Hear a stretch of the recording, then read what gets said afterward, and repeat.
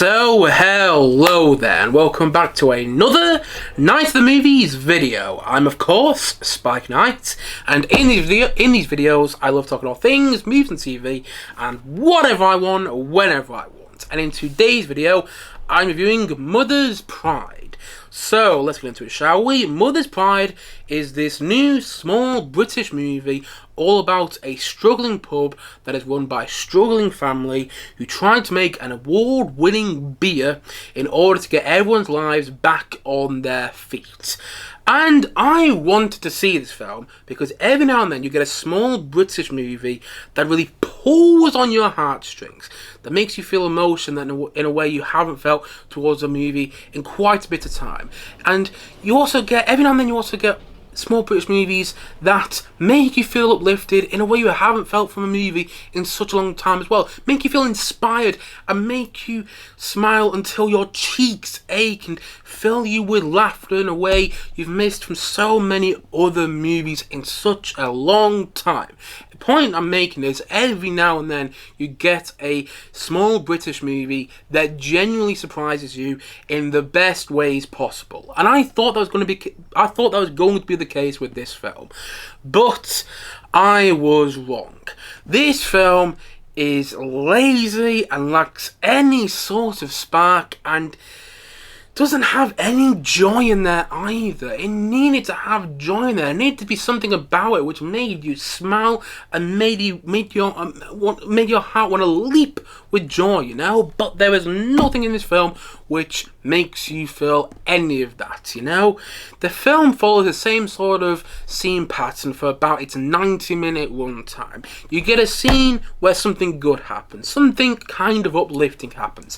Then you get a scene where something bad happens to our main characters, and things get a little emotional, even maybe might get a little testy. And then you get a scene where a resolve happens. Things get resolved and everyone gets back on with what they're doing. And the film follows those same sort of three scenes throughout its entire runtime. The film feels so repetitive, just doing those same sort of scenes all over again. A scene where something good happens, a scene where something bad happens, and then a scene where there's a resolve. It's those same sort of scenes over and over and over again when it comes to this film, and there's nothing unique about it. All of this film I feel like I've seen done before in other much better movies, and so much of this film feels lazy and feels phoned in, whether it's in the filmmaking or even in the acting. And that's saying quite a bit because you have some really good actors in this film, some actors who I've seen be funny in other TV shows and in other movies, like James Buckley, who is probably most famous for being in The Inbetweeners. He plays a big role in this movie, and again I've seen him be funny in other stuff.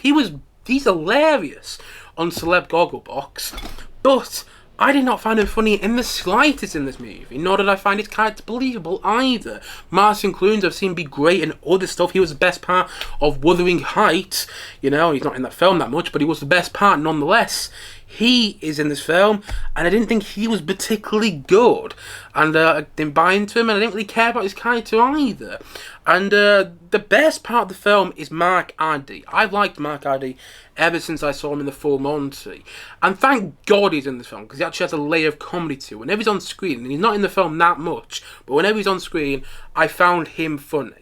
Just because of his line delivery, but that's kind of it. That's the only part of the film that I found funny. He's the only performance that I really liked in this movie. The film, it's got good intentions. You can tell it's trying to make you, trying to pull on your heartstrings. It's trying to entertain you, but it didn't do either of those things because so much of it just feels phoned in from everybody involved. I mean, that sounds harsh to say, and it feels harsh to say.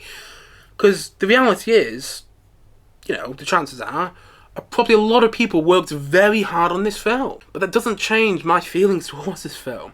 It all felt a bit naff. And because it all felt a bit naff, it left a sour taste in my mouth. And the more I think about it, the more I think it's just such a wasted opportunity.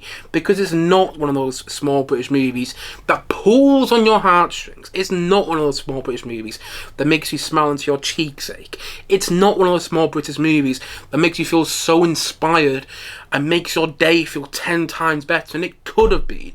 It could have been something special. It had the potential to be something special. But instead, it's like The film is predictable with a capital P. And sure, you could probably tell where the film's going from a mile away after I told you the premise of the movie. After I told you that the movie is about a struggling pub that is run by a struggling family who tried to brew an award-winning beer to get everyone's life back on track. You can probably tell where the film ends just from that premise. But there's certain movies where you can kind of tell where it's going as soon as the film starts. And yet it can still be enjoyable, and it can still keep you guessing, and you can still get invested and involved in everything going on. But that is not this movie. And again, it could have been. It had the potential to be. The pieces are there, the actors could have been given better stuff, because they are good actors, but just so many parts of this film just feel less than some of its parts, you know what I mean? It's a Sunday afternoon kind of film that you'd probably stick on in the background whilst you have your Sunday roast or whilst you play a board game. It doesn't require your full attention, and actually if you did watch it with your full attention, you'd probably cringe quite a bit as well, which is what I did in the cinema yesterday. I mean, there's characters saying stuff to other characters in this film. I'm like, this isn't how people talk, especially when a pub is involved, when a beer is involved. This is not how people talk to one another. I'm sorry, but I didn't believe in any of it. Apparently based on a true story, but I find that hard to believe, personally. So yeah, wasn't for me. And so, all in all, I'm going to say that Mother's Pride, I'm going to give it a 3 out of 10. I haven't really given much thought to that rating because, to be honest, I haven't really given much thought to the film since I saw it.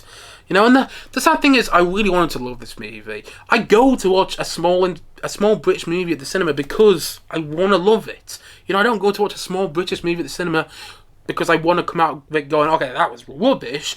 You know, quite a few small British movies I've seen at the cinema and I've reviewed on this channel, I've ended up loving. The Phantom of the Open, all about a golfer who's rubbish at golf, is a brilliant film. And just last year we had The Ballad of Wallace Island, which was such a wonderful film, you know. And then last year as well we had I Swear, which was actually my favourite film of last year. I loved I Swear. That pulled on my heartstrings, that made me smile until my cheeks ached, and that made me feel inspired as well.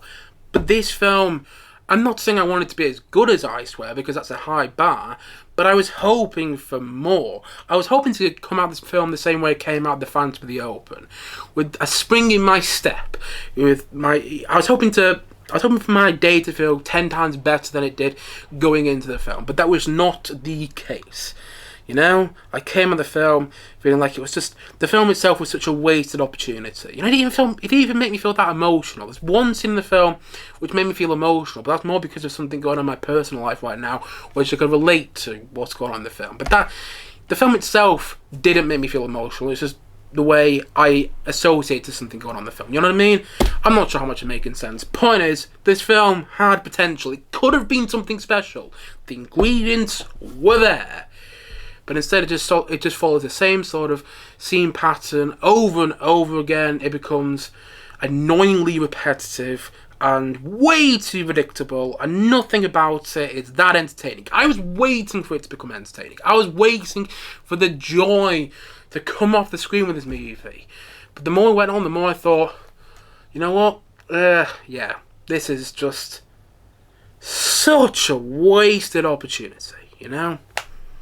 It could have been something special, but it isn't, at least in my opinion. And so, all in all, as I've already said, and as I'm going to say once more in this video today, Mother's Pride is a 3 out of 10 from me.